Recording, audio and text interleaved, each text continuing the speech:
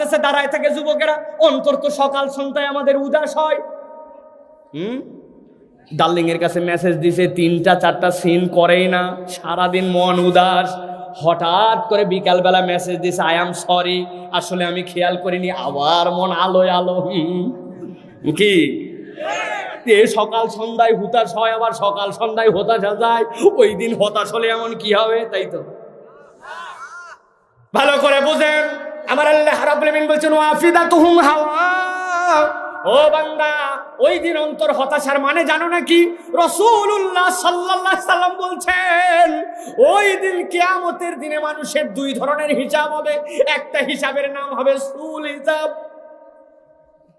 সুল হিসাব মানে কি? আল্লাহ রাব্বুল আলামিন বান্দাকে ডাক দিয়ে বলবেন, সব কিছুর হিসাব দে, সব কিছুর হিসাব দে। কোন বান্দাকে যদি আল্লাহ একবার বলে দেন সব কিছুর হিসাব দে, দুনিয়ার কোন বান্দা এদের হিসাব দিতে পারবে না। এটাই তার জন্য সুল হিসাব। আর কতগুলা বান্দা হবে, আল্লাহ রাব্বুল আলামিন তাদেরকে ডাক দিবেন, এদিকে আয়।